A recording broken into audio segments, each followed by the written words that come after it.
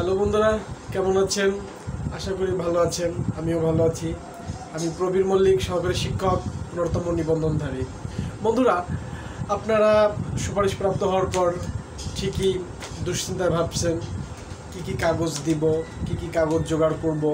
তো আমি এই সম্পর্কে আগেও একটা ভিডিও আপলোড করেছি, আপনারা ভালো রেসপন্স করেছেন।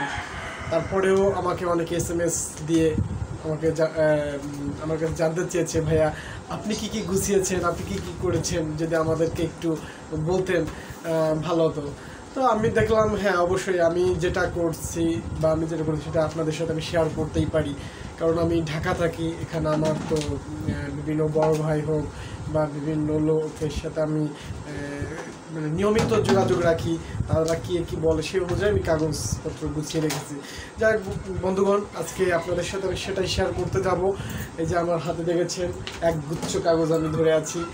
আমি দেখাবো আপনাদের করে এবং বোঝাবো, আপনারা একটু দেখবেন, ভিডিওটা দেখবেন। আর বন্ধুগণ, একটু কথা বলতে চাই, আপনারা যদি আমাকে ভালো লেগে থাকে, আমার ইউটিউব চ্যানেলটা জব সার্কুলার, এটা অবশ্যই সাবস্ক্রাইব করবেন, আমার পাশে থাকবেন। ভালো লাগলে লাইক দিবেন, আর যদি ভালো নাও লাগে তাও একটা লাইক দিয়েন, আমার খুব ভালো লাগবে আর কি। বন্ধুগণ, বেশি কথা বলবো না, আমি শুরু করে দিই আমার কাজটা। প্রথমেই আমি দেখুন এখানে প্রায় 15-20টার মতন ছবি আছে, আমি স্টুডিও থেকে তুলে রেখেছিলাম। আমি আর ছবি কি দেখাবো, যেহেতু আমাকে দেখতে পাচ্ছেন এই ছবিটা আমি রেডি করে রেখেছি। কিছু আপনি ধরেন 8-10 কপি সপ্তাহে তো করে রাখতে পারেন, যাতে ঝামেলায় না পড়ে। এরপর বন্ধুগণ, আমি এখন কাগজগুলো দেখাবো, আপনারা একটু দেখবেন। এক এক করে কাগজটা আমি দেখাবো, আপনারা একটু ভালো করে দেখুন। বন্ধুগণ, এইটা হচ্ছে সেই আমাদের কাঙ্ক্ষিত গণবিজ্ঞপ্তির পেপার কাটিং, যেটা আমরা সকলেই এটার জন্য আমরা আজকে এই পজিশনে আসছি। এটা হচ্ছে তৃতীয় গণবিজ্ঞপ্তি 2021 সালের যে পেপার কাটিংটা, এটা অবশ্যই রাখবেন। যেভাবে হোক, যদি কেউ না পান আমার কাছ থেকে নিয়ে নিন, কমেন্ট করবেন, আমি দিয়ে দেবো। তার পরবর্তী কাগজটা, এর পরবর্তী কাগজটা আমি রেখেছি রেজাল্ট কপি। আপনারা যখন ব্যাচ এবং রোল নাম্বার দিয়েছিলেন, যে রেজাল্টটা এসেছিল, ওইটা স্ক্রিনশট করে ওটা আপনি প্রিন্ট করে নিয়ে নেবেন। এটা হচ্ছে আপনার রেজাল্ট কপি। বন্ধুগণ, তারপরের কাগজটা হচ্ছে অ্যাপ্লিকেশন কপি, অর্থাৎ অ্যাপ্লিকেন্টস কপি। এটা হচ্ছে আপনি যে স্কুলে চান্স পেয়েছেন বা সুপারিশ প্রাপ্ত হয়েছেন, সেই স্কুলের একটা অ্যাপ্লিকেন্টস কপি আছে, সেটা অবশ্যই লাগবে। এটা না হলে কিন্তু আপনি কখনোই এমপিওভুক্ত হতে পারবেন না। তারপরে হচ্ছে আপনার এটা আসলে অনেক স্কুলে চায় না, তারপর আমি গুছিয়ে রেখেছি। এটা হচ্ছে আপনি যখন 15তম নিবন্ধনধারী আবেদন করেছিলেন, সেটার অ্যাপ্লিকেন্ট কপি, 15তম নিবন্ধনের অ্যাপ্লিকেন্ট কপি। এটা হচ্ছে ওই 15তম নিবন্ধনের প্রিলিমিনারি টেস্টের অ্যাডমিট কার্ড।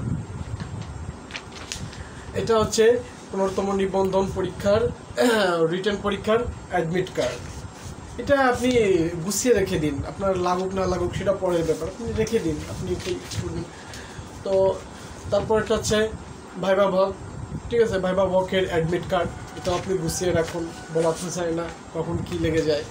তারপর বন্ধুগণ, আপনি যদি পৌরসভার বাসিন্দা হন, অবশ্যই পৌরসভা থেকে কালেক্ট করবেন, অথবা ইউনিয়ন পরিষদ থেকে চেয়ারম্যানের সনদ জোগাড় করে রাখবেন। তারপর বন্ধুগণ হচ্ছে এনআইডি কার্ড, অর্থাৎ যেটা সর্বক্ষেত্রেই প্রযোজ্য এনআইডি কার্ড, এটা সম্পর্কে তো আমি আর বলতেই যাচ্ছি না। তারপর হচ্ছে আপনার এটা হচ্ছে এসএসসির মার্কশিট, অর্থাৎ ইংলিশে ট্রান্সক্রিপ্ট হিসেবে পরিচিত। বন্ধুগণ, পড়ে গেছিল। এরপরে এটা হচ্ছে এইচএসসি পরীক্ষার মার্কশিট, এটা গুছিয়ে রাখবেন, ফটোকপি। এটা হচ্ছে আপনার অনার্সের যে মার্কশিট, সেটা আপনি গুছিয়ে রাখবেন। বন্ধুগণ, এটা হচ্ছে আপনার এসএসসি পরীক্ষার সনদের ফটোকপি, আর এটা হচ্ছে আপনার এইচএসসি পরীক্ষার সনদের ফটোকপি। যেটা ইন্টারমিডিয়েট, আর এটা হচ্ছে ইউনিভার্সিটি বা কলেজের অনার্সের সনদের ফটোকপি। তারপর বন্ধু হচ্ছে এই যে হচ্ছে আমাদের প্রাণপ্রিয় একটা সার্টিফিকেট, যার জন্য আমরা টিচার হতে পেরেছি, ntrca সনদ। অবশ্যই এটা গুছিয়ে রাখতেই হবে, করার কিছুই নেই বন্ধুরা। এরপর আরও 2-3টা কাগজ আছে, যেটা যে স্কুল টেস্টমোনিয়াল মানে প্রশংসাপত্র স্কুল থেকে কালেক্ট করতে পারেন। এইগুলো লাগুক না লাগুক পরের ব্যাপার, কিন্তু গুছিয়ে রাখুন। এটা আপনার কলেজের প্রশংসাপত্র। তারপরে এটা হচ্ছে ইউনিভার্সিটির প্রশংসাপত্র, এগুলো গুছিয়ে রাখুন, লাগুক না লাগুক পরের ব্যাপার। তারপর আপনি একটা চারিত্রিক সনদ আনতে পারেন বিসিএস ক্যাডার থেকে। তারপর আপনার যদি কম্পিউটার কোর্সের কোনো সার্টিফিকেট থাকে সেটাও গুছিয়ে রাখতে পারেন বন্ধু। আসলে আমি যে কাগজপত্র গুছিয়েছিলাম, যেগুলো কালেক্ট করেছিলাম, সবই আপনাদেরকে দেখিয়েছি, আমি কিছুই গোপন রাখিনি বন্ধুরা। তো আপনারাও এই ধরনের কাগজপত্র গুছিয়ে রাখুন, আশা করি কাজে দেবে। যদি কোনো সমস্যা হয়, কিছু জানতে থাকে, আমাকে নক করবেন, আমি আপনাদের তথ্য দিব। ধন্যবাদ সবাইকে।